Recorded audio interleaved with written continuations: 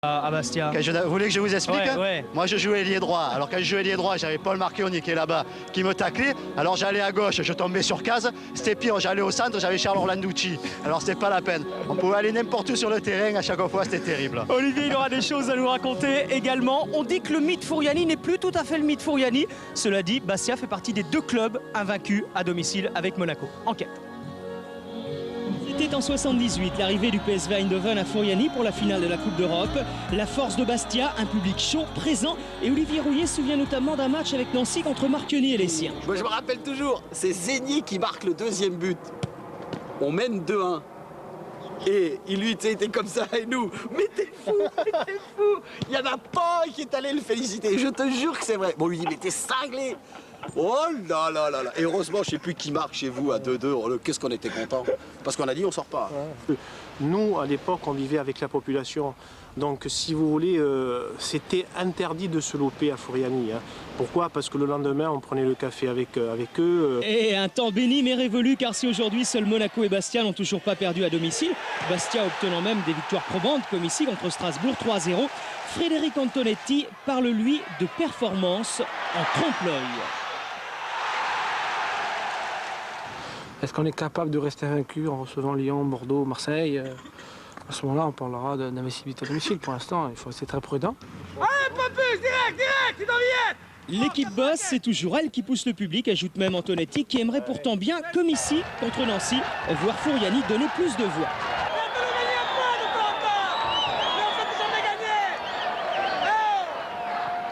C'est un appel au public que vous lancez là? Oui, complètement. Moi, je le disais hier dans le journal local. Je crois que l'équipe a perdu son âme et c'est un petit peu tout l'environnement du club qui est un peu désabusé. Et je sens un manque de motivation de la part du public et de tout l'entourage. L'appel est lancé, ces images de joie, ces chants et ce bonheur partagé avec le public, c'est peut-être de nouveau pour ce soir. Eh ben en tout cas, la motivation est là ce soir chez les Bastiais, ça c'est évident. Regardez, c'était il y a quelques secondes, image prise par Jean-Paul Jaude. Lucien Dabila, cette stat est quand même inquiétante, non? Oui, elle est inquiétante parce que on s'aperçoit que Bastia est actuellement la meilleure défense à domicile avec seulement 3 buts encaissés. Et que Lyon est de son côté la meilleure défense à l'extérieur avec seulement aussi 6 buts encaissés. Et donc, je pense qu'Olivier, on se dirige tout droit vers un 0-0 normalement. Ah non, pas du tout, Lucien. Bien au contraire, je crois que toute la force des 2 attaques, ça va être de contourner ces défenses, d'amener une supériorité, d'amener beaucoup d'imagination et de création dans le jeu pour arriver à faire la différence. Oui, et puis rajouter une petite chose aussi, parce qu'on va découvrir avec vous, Olivier, la composition des équipes sur le sujet à Bastia. Est-ce qu'on a peur quand on vient à Furiani? La différence aussi, c'est que le football il a changé et Bastia n'y échappe pas, et qu'à Bastia il n'y a plus qu'un Corse aujourd'hui dans l'équipe. On va découvrir la composition des équipes avec vous, Olivier, à commencer par le SC Bastia, et ce Corse, il est capitaine, c'est Laurent Casanova. Oui, absolument, avec Durand dans le but, donc Giurietti, Casanova, Souma, Mendy, De Guerville. Donc vous voyez quand même une assise défensive bien en place. Servierski et Matingou. Matingou, ça sera son 2e match comme titulaire aujourd'hui face à Lyon. Lachuer, Prince devant qui a été préféré à André, est né à côté de lui pour concrétiser toutes les attaques bastiaises. Vous voyez une équipe bastiaise bien équilibrée et désireuse de réussir. Voilà, il y avait quelques hésitations chez Frédéric Antonetti et finalement il a communiqué dans l'après-midi sa composition d'équipe. Il n'y a pas d'hésitation du côté de Lyon d'habitude. Là il y en a eu quelques-unes parce que des absences d'importance, on les évoquait tout à l'heure. Laville, Fournier, Violo ne font pas partie du déplacement à Bastia. Et je vais me diriger vers Laurent Casanova, le capitaine, qui lançait tout à l'heure un appel au public. Le message de Frédéric Antonetti dans les vestiaires, il nous disait c'est un nouveau départ ce soir. Ouais, c'est sûr qu'il faut qu'on crée un déclic ce soir, parce qu'il y a une série de matchs après qui s'annoncent difficiles. On veut rester invaincu ce soir, on reçoit à Lyon, on peut faire quelque chose de bien. J'espère qu'on va gagner. Bon, écoutez, premier résultat, Olivier, Christophe, premier résultat, 3-3 à Lens, entre Lens et Bordeaux. Le match est terminé. Ce qui a son influence sur le classement, Bordeaux est à la 6e place du classement, un total de 24 points à 2 points de Rennes. C'est Monaco qui est en tête avant que Monsieur Bré, assisté de messieurs Dagorn et Le Bourvelec, donne le coup d'envoi de ce match. Lyon doit absolument gagner si Lyon veut retrouver son siège de leader. Lyon qui, durant 3 journées consécutives, a été leader du championnat de France. Ça n'était jamais arrivé dans l'histoire de l'OL. Cet OL édition 99-2000 est peut-être le plus beau joyau que la capitale rhodanienne ait jamais connu. En tout cas, on le disait tout à l'heure, c'est le plus bel ambassadeur actuellement du football français. Vainqueur net sans bavure 3-0 du Werder de Brême en Coupe de l'UEFA. Ça a fait du bien dans une semaine un petit peu morose. Oui, ça a fait du bien, mais ce qui est surtout important, et c'est le petit doute qu'avait Bernard Lacombe, et c'est bien que Carteron en ait parlé. Bernard Lacombe me disait tout à l'heure, j'ai ressenti un petit peu de fatigue et un petit peu de lassitude hier matin à l'entraînement. Et bien tout simplement pourquoi? Et bien parce que jeudi, le terrain était lourd, donc la fatigue de 90 minutes de match de Coupe d'Europe, on les ressent 48 heures après, mais on peut espérer, en tout cas on le souhaite de tout cœur pour les Lyonnais, que cette fatigue et cette lassitude soient oubliées ce soir. Et le petit stade Armand Césari à Furiani qui s'enflamme pour la venue de l'OL, l'une des équipes impressionnantes qu'il y a eu. Et ça a été un petit peu la réflexion dans la presse tout au long de la semaine, etc. Il y a un respect énorme pour cet OL-là. Il n'y a vraiment pas d'inimitié ou quoi que ce soit. Il y a un respect énorme. Cette équipe impressionne. Christophe, Olivier, juste un petit mot. Je vous ai dit tout à l'heure, je me suis avancé pour le coup d'envoi, pour la minute de silence. C'est maintenant, bien évidemment, le speaker l'avait annoncé un petit peu prématurément. C'est en hommage à Alex Citra, un abbé très proche de l'équipe de Bastia et de tout le football corse.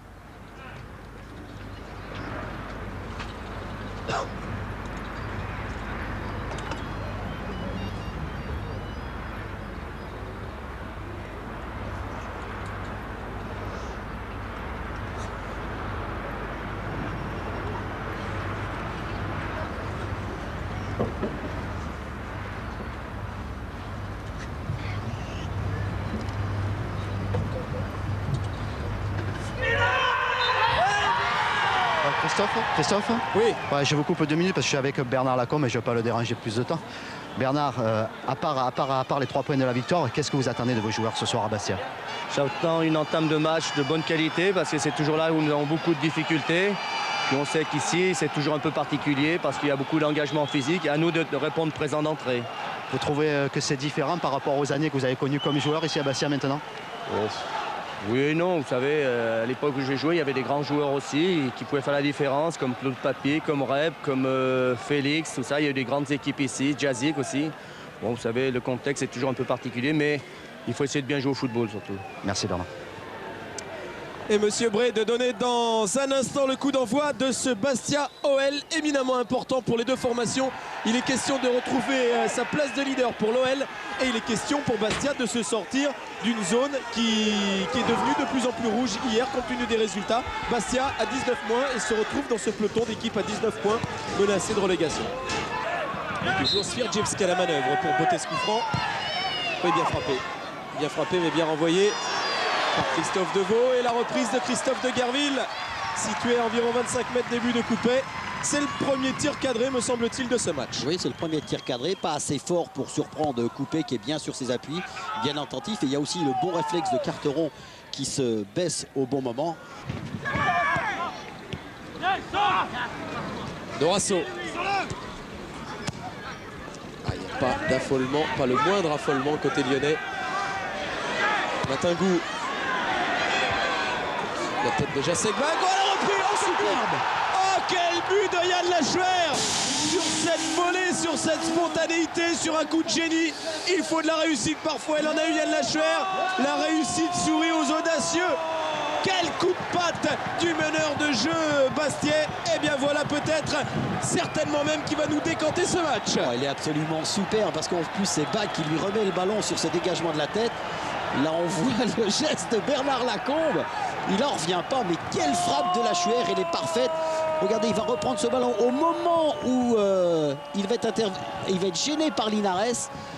Et il suit du regard cette frappe et cette joie toute retenue quand même de Lachuer. Oh, c'est extraordinaire. Quelle frappe! Encore un coup de sifflet de Monsieur Bray. Une faute en faveur des Bastiens. Coup franc à jouer pour Franck Jurietti. Des Bastiais qui vont terminer cette première période tout tranquillement avec très certainement cet avantage d'un but. Logique au regard du match à l'écoute des chiffres de Lucien Nabila. Tout cela est très très logique dans cette première mi-temps. Bastia, invaincu sur sa pelouse cette saison, eh bien, poursuit sur son invincibilité. Est en train de faire tomber la meilleure défense du championnat en terre adverse, celle de l'Olympique Lyonnais. sur un but superbe de cet homme-là, Yann Lachuer, qui est intervenu après 19 minutes dans ce match. Ouais, on va le voir. C'est vrai que le ciel corse devient lourd. David Linares, justement, le fait que Lyon ne soit pas habitué à être mené au score comme ça influe tactiquement sur le jeu. Surtout, on a très très mal débuté tactiquement en prenant ce but d'entrée de jeu. On savait que par la suite, ça aurait été beaucoup mieux. On perd trop de balles dans des phases de jeu qui sont très très dangereuses pour nous. Il faudrait remédier en deuxième mi-temps pour pouvoir espérer un résultat positif. Merci. Oui, avec Yann Lachuer. Yann déjà mené au score contre Lyon 1-0, c'est déjà quelque chose de très très important, je suppose. Ouais, c'est très important parce que c'est une équipe qui est bien regroupée derrière, qui base son jeu sur une solidité défensive et qui essaye d'exploiter le moindre contre. Donc c'est bien, maintenant c'est à eux de faire le jeu et à essayer de nous placer quelques contres. Bon, on a fait une première mi-temps intéressante avec beaucoup d'agressivité dans la récupération du ballon. Et donc j'espère qu'on va continuer, qu'on va tenir le choc physiquement parce qu'on s'est beaucoup dépensé. On disait que vous aviez une frappe de moineau. Je crois que ce soir vous avez prouvé que c'était le contraire, non? Ouais, c'est l'exception qui doit confirmer la règle. C'est vrai que j'ai plus l'habitude à placer la balle. Bon là je ne me suis pas posé de questions à l'arrivée. Elle va dans le but, c'est tant mieux pour nous. Ok, merci. En tous les cas, c'est un but anglais. Hein. Merci. Lyon va faire un gros pressing. On sait qu'ils sont capables de marquer des buts à tout moment, donc on va être très attentif derrière. Lyon efficace devant, solide derrière. C'est au milieu que se fait la différence ce soir? C'est vrai qu'on a été présent dans tous les domaines, surtout dans les duels. C'est ce qui nous a permis d'avoir beaucoup d'occasions. Et bon, j'espère qu'on va continuer dans le même chemin en deuxième mi-temps. On doit s'attendre à un round d'observation en deuxième mi-temps encore? À mon avis, ça va partir très vite. Là, il va falloir être très attentif, mais on a confiance en nous en cette deuxième mi-temps. Je passe un petit bonjour au club de Châteauneuf-du-Rhône dans la Drôme. Ok, merci.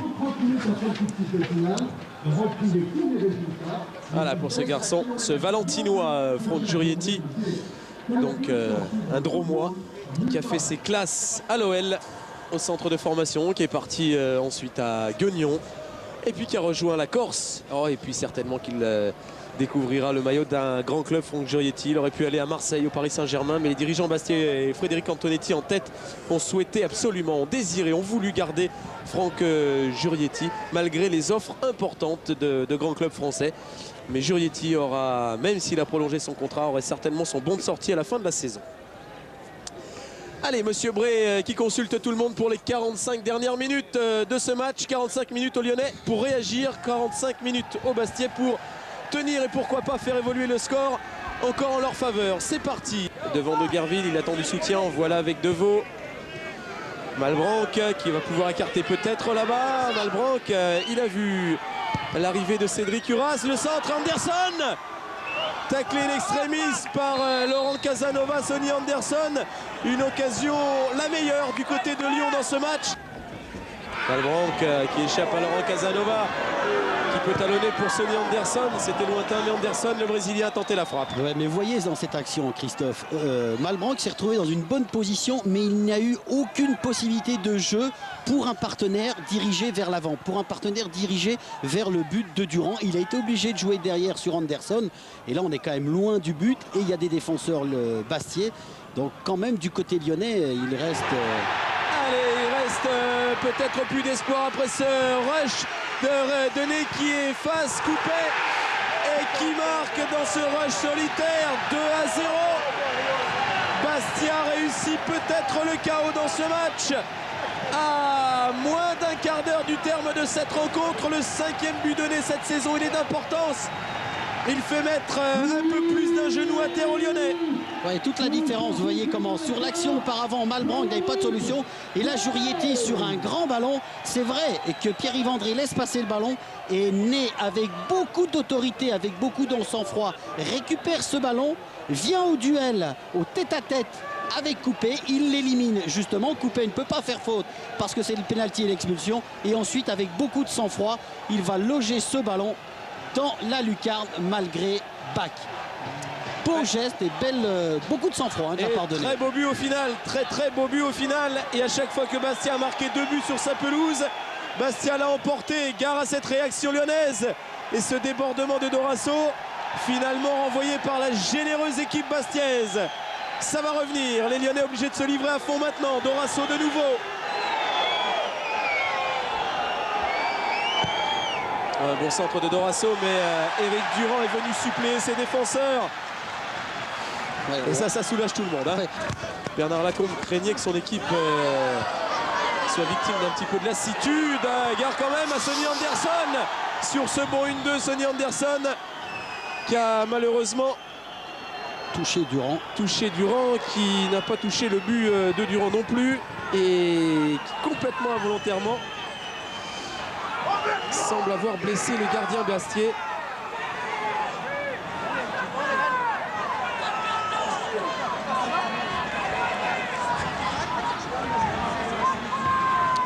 La cheville, vient de dire Éric Durand à Monsieur Bray qui venait aux nouvelles. Regardez. Ah non, c'est lui tout seul. C'est lui tout seul, absolument, c'est lui tout seul. Oui. Mais ce qui est à noter quand même, bon là on voit à la fin de l'action d'Anderson, mais on l'a vu et je pense que Jean-Paul va nous le remontrer. Il y a le geste technique au départ de l'action d'Anderson qui est absolument fabuleux. La remise sur Dorasso. Je suis sûr que Jean-Paul va nous remontrer ça parce que c'était vraiment superbe de la part d'Anderson. Et ensuite le bon 1-2 Dorasso Anderson.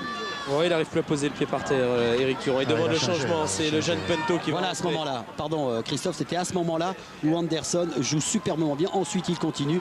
Extérieur du pied gauche, juste au-dessus du but défendu par Durand.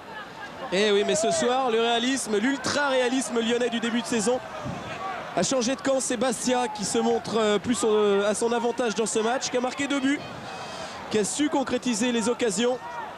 Anderson, lui, n'a pas connu la réussite sur cette tentative. D'ailleurs, pendant l'arrêt de jeu, il y a Antonetti qui a appelé Pierre-Yves André. Il lui dit, si tu es un peu isolé, que tu as un ballon, si tu ne sais pas quoi en faire, tu n'as qu'à le mettre dans le but adverse. Ça, c'est une bonne solution. Il y a des fois, il ne faut pas chercher à réfléchir. Ah non, autant marquer. Oui, il ne faut pas tourner autour du pot tout le temps. Allez, Anderson, et regardez. Illustration de ce que je vous disais. Le réalisme, la réussite, eh bien, ne sont pas lyonnais ce soir. Anderson qui échoue sur le montant d'Éric Durand en souffrance en ce moment. Olivier, un chiffre pour confirmer le redressement lyonnais. C'est Sonny Anderson qui a tiré 4 fois au but en seconde période et dont 2 fois cadré, alors qu'en première période, il n'avait pas tiré une seule fois. Il n'était pas entré une seule fois dans la surface de réparation bastiaise. Donc c'est certainement un chiffre qui démontre un petit peu les progrès lyonnais, même s'ils sont toujours menés 2-0 au score. Et ça ne pouvait pas échapper à Bernard Chénez qui anticipe sur la fin de match et qui nous décrit des Monégasques champions d'automne. Effectivement, même si les Monégasques ont ce soir un match de retard, en cas de défaite des Lyonnais, eh bien les Monégasques restent en tête. Et Ney, le 3-0, le doublé pour Frédéric Ney, 3-0 Monaco, et c'est une certitude. Maintenant, à moins d'un miracle en faveur des Lyonnais, sera champion d'automne au terme de ces matchs allés, au terme de cette 17e journée.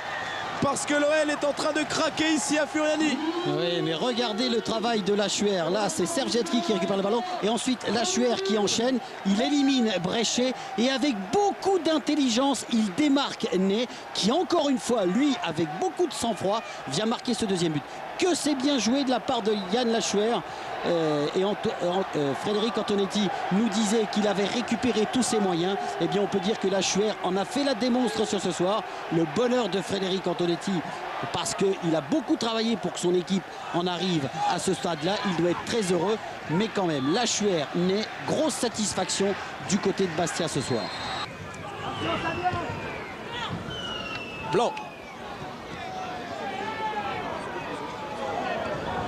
Dorasso qui va pouvoir frapper, c'est cadré, mais Éric Durand est présent, semble souffrir un petit peu moins de sa cheville. Éric Durand s'est bien couché sur ce ballon, il a fait un sans faute lui, comme toute sa formation. Christophe? Oui. Ouais, avec un petit peu l'homme du match qui représente l'équipe et l'efficacité bastiaise ce soir. Heureux, je suppose, d'avoir gagné et d'avoir retrouvé l'efficacité. Ouais, c'est vrai, c'était important pour nous de pas de gagner forcément, enfin pour les points oui, mais surtout pour retrouver une bonne équipe de Bastia, un bon collectif. On a envie de gagner tous ensemble, quoi. On a eu des hauts, des bas cette saison et ce soir on s'est bien rattrapé parce que tout le monde avait envie, tout le monde s'est surpassé. Tout le monde a élevé un peu son niveau de jeu en pensant à l'équipe et pas à lui-même. Ce soir c'est vrai que c'est moi qui marque 2 buts, mais bon, c'est beaucoup de chance et grâce à mes coéquipiers, notamment à Yann Lachuer. C'est surtout ça qu'on remarque ce soir. Bon, maintenant il faut continuer comme ça parce qu'on est un peu en haut et en bas cette saison. C'est assez dur parce qu'on n'arrive pas à décoller du classement et je pense qu'on a une équipe pour figurer en haut en haut du tableau. En tous les cas, vous avez trouvé ce soir un bon équilibre entre l'efficacité aussi défensive et offensive. Ouais, on était bien groupés, on n'a pas eu beaucoup d'occasions par rapport au match précédent, mais on en a mis plus, donc c'est vraiment comme quoi le football c'est bizarre. Et puis défensivement, on a bien tenu, ils n'ont pas trop eu d'occasions, surtout en première mi-temps. Et là, j'espère qu'on va marquer un 4e. Oh, c'est bien joué en tout cas entre Nalis et André dans ce 1-2. Toute l'inspiration de Pierre-Yves André, sa disponibilité. Et Nalis qui a répondu présent à ses côtés. C'était un bon mouvement amorcé par ces deux hommes. Ça n'a pas abouti. Frédéric Ney évoquait il faut continuer comme ça. Antonetti nous disait la difficulté du calendrier à venir avant la trêve pour les Bastiais. Il y avait déjà avant ce match l'obstacle lyonnais à passer. C'est passé et de quelle manière? Il faudra ensuite que les Bastiais se rendent à Strasbourg. Ensuite reçoivent Monaco et aillent à Nantes avant la trêve. Effectivement, c'est un calendrier difficile pour les Bastiais. Et Frédéric Antonetti disait, eh bien, on verra au terme de ces matchs-là où on en est. Et si on est plutôt pas mal, je serais ravi. Oui, mais s'ils continuent comme ils ont fait ce soir, et moi il y a une chose qui m'a bien plu chez Ney quand il parle du collectif. Et il a raison parce que cette victoire bastiaise, elle n'est pas due à un joueur. On pourrait dire tiens c'est l'exploit de la Chuer sur le premier but. Non, c'est un ensemble collectif parce que au niveau de la récupération et la Mendy en est la démonstration même. Ils ont été présents, ils ont gêné énormément les Lyonnais. Et ensuite, dans l'animation collective et dans l'animation offensive, pardon, et dans le réalisme offensif, et bien collectivement ils ont été là. Et dans ce temps additionnel, dans ces minutes supplémentaires de ce match, dans ces arrêts de jeu eh bien, qui sont terminés, il n'y aura pas de coup franc à jouer. Monsieur Bré donne le coup de sifflet final de ce match sur un succès 3-0. Le but de la Chuer à la 19e, un doublé ensuite de Frédéric Ney qui a porté son capital but à 6 dans ce championnat. Né à la 76e et 85e. Lyon a chuté à Furiani, la valise était lourde effectivement. Le 3-0 infligé à Brême s'est retourné ce soir contre Anderson et ses copains ici à Furiani. C'est Monaco qui est champion d'automne au terme de cette 17e journée. Ah ouais, justement, Vicage de Rasso, énorme déception. Je suppose les raisons de cette défaite en quelques mots. L'accumulation de matchs. Non, je pense qu'ils ont été présents pendant un mi-temps, mais ils n'ont pas vraiment eu l'occasion, ils ont marqué et puis après il fallait qu'on revienne au score, donc on était plus offensif, on s'est un peu dégarni et on a pris un deuxième but. Merci Vicage. Bernard Lacombe a préféré ne pas répondre. Thierry Gilardi, on a quoi? On a 5 minutes avant de vous rejoindre pour l'équipe du dimanche. Est-ce qu'il est là, Thierry? Ah Laurent, allez Laurent avec Frédéric Antonetti. On va le rejoindre dans 4-5 minutes. Déjà, je suppose que vous êtes fiers ce soir de l'action et de la réaction de vos joueurs par rapport au match de Paris. Oh, ce soir on a fait un match plein, il fallait bien ça parce que Lyon est très très solide. Le score est un petit peu flatteur, c'est vrai. Bon, on va pas s'en plaindre parce qu'on ne s'est pas créé tant d'occasions que ça. Mais on a eu beaucoup de réussites et puis on a eu aussi beaucoup d'adresse. Face à une équipe très très solide comme celle de Lyon qui à un moment donné défend très très bien. Je pense qu'on a répondu présent. Une chose importante aussi, on a l'impression que ce soir le passé est un peu redevenu présent entre le public, le jeu, tout ça. Oh non, vous savez, il y a un petit peu de laisser aller, mais j'ai confiance, tout doucement ça revient. Le groupe est de qualité. Il nous fallait une victoire comme celle de ce soir, avec du tempérament, du physique, une bonne organisation, très, très bien en place, respecté pendant 1h30. C'est ce qu'il y a eu, parce que ça nous manquait un petit peu une victoire de ce type. Oui. Votre équipe a aussi la capacité de reproduire cette performance à l'extérieur? Ça c'est l'éternel problème, moi je crois que oui. J'en suis persuadé, j'espère qu'on le prouvera le plus tôt possible. Il nous a manqué des fois un brin de réussite, on a fait des bons matchs, on est sorti 8 fois, on a fait des bons matchs, fois face à de très très bonnes équipes. Il a manqué un peu de réussite et peut-être un peu plus d'ambition, parfois d'un peu de détermination aussi, pour ramener une victoire. En tous les cas, c'est un plaisir de vous retrouver dans le championnat français. Merci. Moi aussi. Merci.